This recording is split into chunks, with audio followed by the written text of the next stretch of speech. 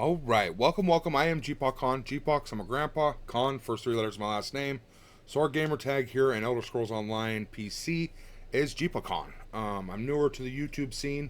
I've been doing a playthrough series. I'm working on a few guides and things that I've learned and experienced, and I will be putting those out soon as well. So definitely like, subscribe if you haven't already. That'd be greatly appreciated. But now let's talk about what you actually clicked on the thumbnail or the video for.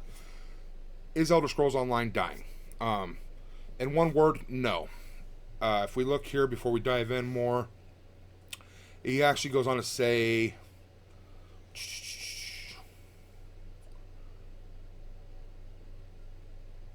whoa, went right by it, huh?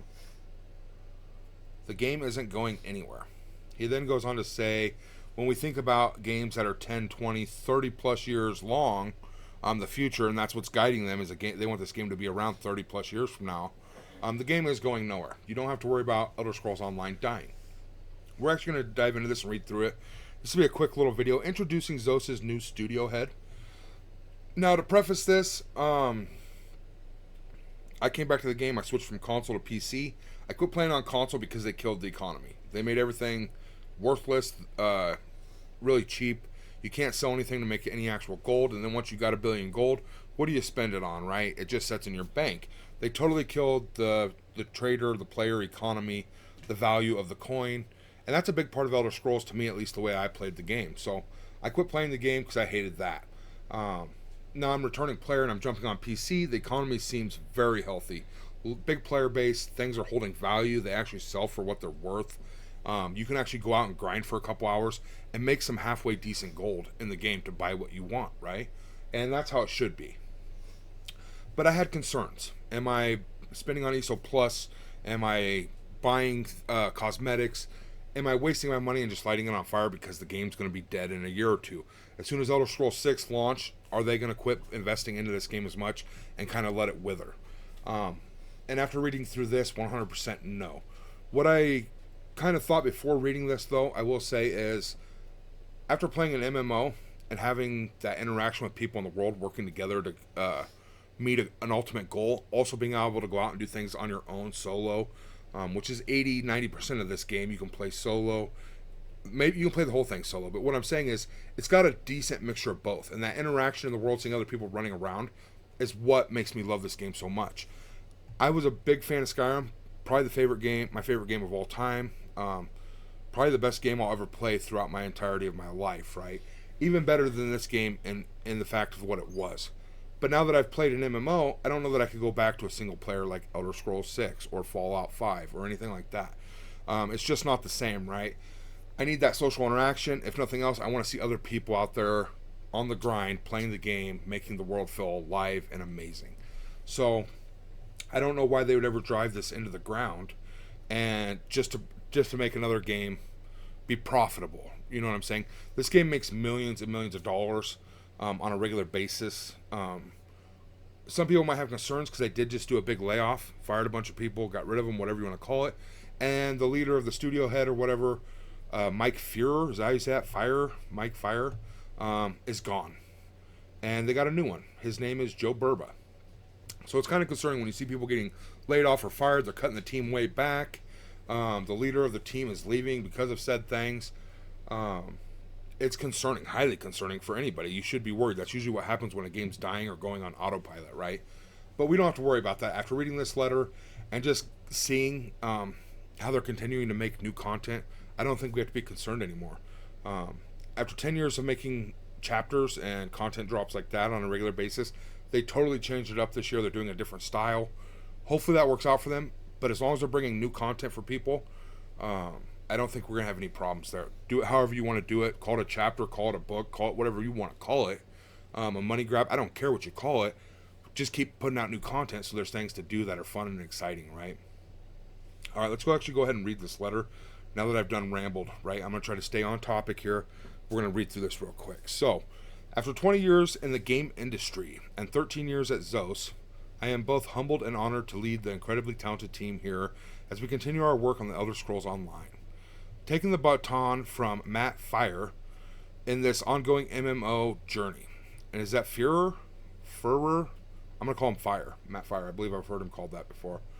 I am lucky to have learned many important lessons on both leadership and maintaining the long-term relationships we have with our ESO fam. Hashtag ESO fam. Before I share more about myself, please allow me to assure you, the ESO community, that the game isn't going anywhere. It's here to stay, baby. And that gets me totally pumped. Totally stoked. So much so that I did about 15 Undaunted dungeons today, just grinding skill points and enjoying the game. So, moving forward.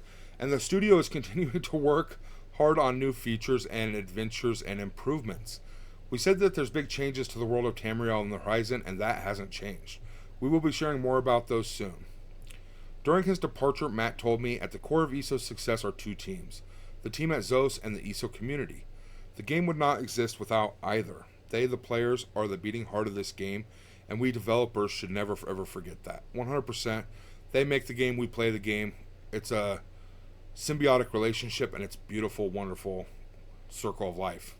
I'm very grateful that they created this. So, I actually spent the first 5 years of my game's career and community, first for City of Heroes and then on Tabula Rasa, both at NCSoft. I've heard terrible things about NCSoft. They're very money hungry and pay to win heavy, is what I've heard. I don't know if any of it's true. Rumor mill, right? Just from what I've heard, I've never experienced it personally, but I hope he isn't bringing that type of stuff to the game. I wouldn't think so anyway. Then I spent time in production, learning the everyday art and craft of development before landing at Zos. For those of you who have been here since the beta, you might remember that I started my journey with Zos as Director of Community, and I had the luck to hire both Jessica Folsom and Gina Bruno in those early days to start bringing developers and players together. So the dude's been around for a minute, right? When Zos neared ESO's PC launch, I managed the beta program and transitioned to be the live services director, a job less visible to the community, but one where you were always first in my mind. My role was to lead the teams that ensured the game remained up and running and to get updates into your hands. That role also put me in the intersection of development and the amazing teams at Bethesda, including community, marketing, finance, infrastructure, operations, and internal team management and support, working closely with Matt all along the way. So he's done everything under the sun. He knows what he's doing. Very experienced. Hopefully, this is not all lip service. So, the core tenets that we have learned over the years haven't changed. These values are the stars that guide us through difficult times. People first, game always. Turn square corners. Integrity is our guiding light in all we do. All hands on deck when the inevitable storm happens. Own our mistake and make repairs quickly. Get a little better every day by being open to feedback and focused on learning. Everyone has a place in our studio and in our worlds. And this is the only thing in the whole letter that concerns me is it says everyone has a place in our studio and in our worlds. He goes on to say, as for the future of the recent loss of our colleagues, so not everyone has a place. They fired and laid off a ton of people. The leader of the group here, Matt, Fire, he's gone. I think he chose to leave though, but the point is not everybody has a place, right? So it's kind of concerning that he's saying one thing and then totally saying the opposite. I don't know if there's anything to it. Am I reading too much into it? Probably, but it sent painful shockwaves through the entire studio. Right now, that I'm sure the shockwave was, shit, do I have a paycheck next week? Do I have a job next week? That would be the shockwave I would think. Is the game dying? Are they going to fire me too? What's going on, right? And that's why everybody, I think, including myself included, has been so highly concerned about the future of the game. But I digress. Carrying on right now. We have all hands on deck approach and are focused on learning. While we reflect, focusing on ESO is our priority. Our partners at Bethesda and at Xbox believe, as I do, that ESO, like other MMOs who are still updating their worlds after 10, 20, or 30 plus years, is a long-term home for our players. 100%. When we add that 30 plus years long view to our list of stars that guide us, it can steady us with clear-eyed purpose even when storms hit. That alone, that they're thinking the longevity of the game, the future of the game, it just goes to reinforce that we don't need to be worried as a community, I don't think. In my opinion, the game isn't going anywhere. And hopefully it just continues to grow and get better, because it's in a great place in my personal opinion. So we are still holding on to our values. We are still building ESO with you and for you. We are still Zos.